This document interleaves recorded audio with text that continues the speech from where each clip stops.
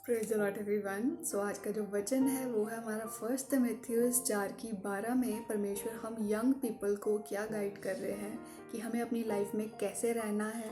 तो हम वचन में से देखेंगे, परमेश्वर हमसे कहते हैं that don't let anyone think less of you because you are young.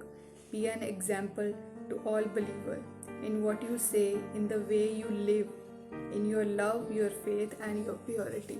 परमेश्वर हमसे इसमें यह कह रहे हैं कि जो हम यंग पीपल हैं, हमें किसी अदर पर्सन के लिए, जैसे कि मैं आपको एग्जांपल देती हूँ, कुछ लोग जो हैं किसी का वियरिंग देख के ये जज कर लेते हैं कि ये लड़की है, ये लड़का, ये अच्छा नहीं है, ये परमेश्वर में नहीं है।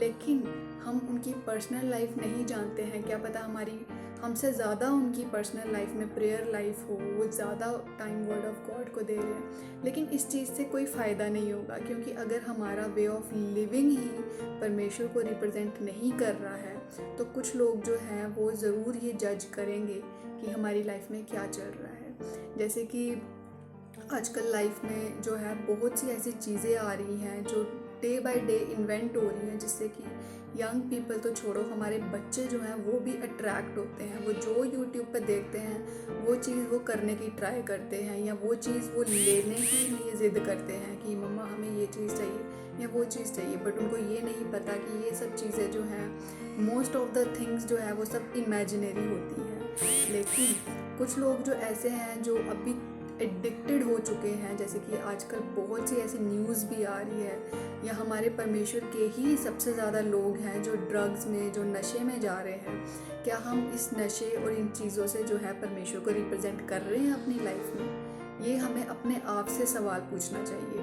कि हम परमेश्वर को कैसे रिप्रेजेंट कर रहे हैं अपनी लाइफ में।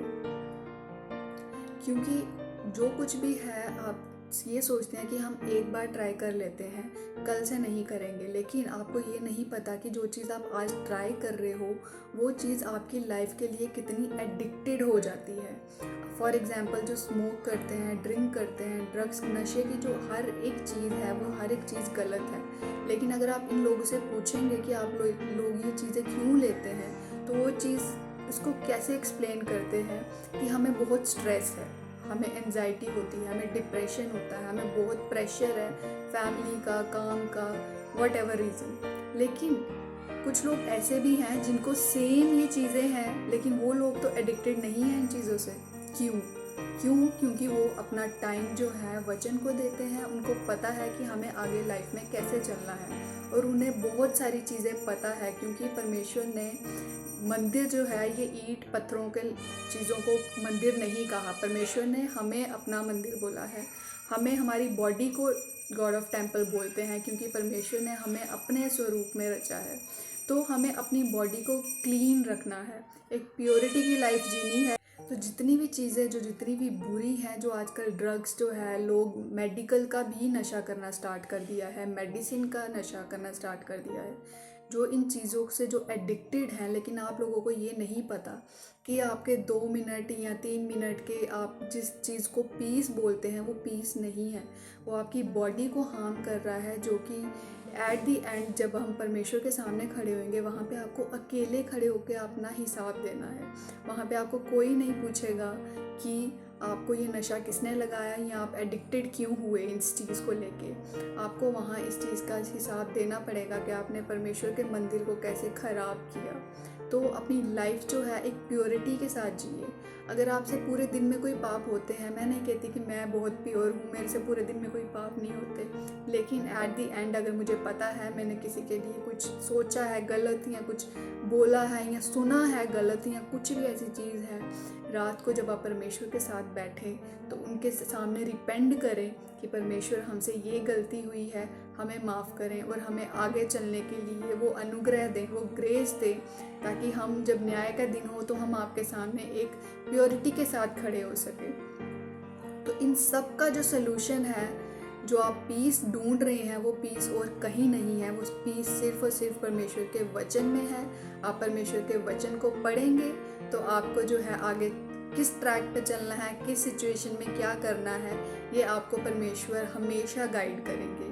लेकिन परमेश्वर हमारा ज़ोर ज़बरदस्ती का परमेश्वर नहीं है। जब तक आप उनके सामने अपने आप को पूरी तरह से सरेंडर नहीं करेंगे, वो हमारे लिए काम कुछ नहीं करेंगे। क्यों? क्योंकि परमेश्वर जो है, उन्होंने बाइबल में लिखा हुआ है कि अगर तुम द्वार खटखटाओगे तो ही मैं अंदर आऊँगा।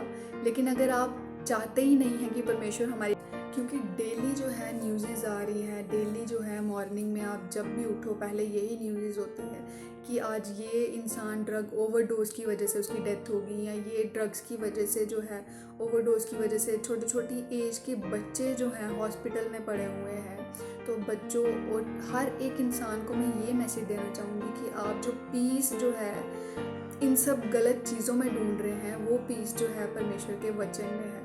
आप परमेश्वर का वचन पढ़ें, आपको हर एक चीज़ का सलूशन मिलेगा। सो अपनी लाइफ को अगर प्योरिटी से जीना है तो अपनी पूरी लाइफ को, अपनी पूरी बॉडी को परमेश्वर के हाथों में सरेंडर कर दें और वो आपको चलाएंगे। तो आपकी जो एंजाइटी, डिप्रेशन की वजह से आप जो गलत ट्रैक पे जा रहे हैं, वो सब चीज़ें जो हैं बंद हो जाएंगी। सो अगर आपको मेरा वचन जो है परमेश्वर के द्वारा जो मैंने आप सबको दिया है, अगर आपको वो अच्छा लगा है और आप चाहते हैं कि आपके बच्चे जो हैं ड्रग्स वगैरह छोड़ें, तो उनको परमेश्वर के वचन पढ़ने की आदत डालें, उनको परमेश्वर का वचन समझाएं।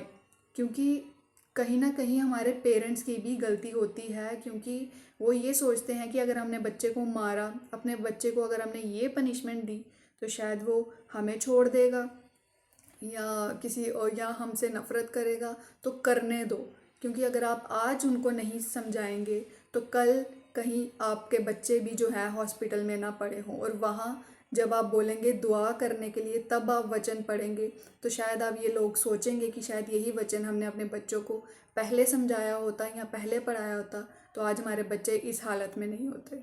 सो अपने बच्चों को वचन पढ़ने की आदत डालें, परमेश्वर की इम्पोर्टेंस बताएं। God bless you all.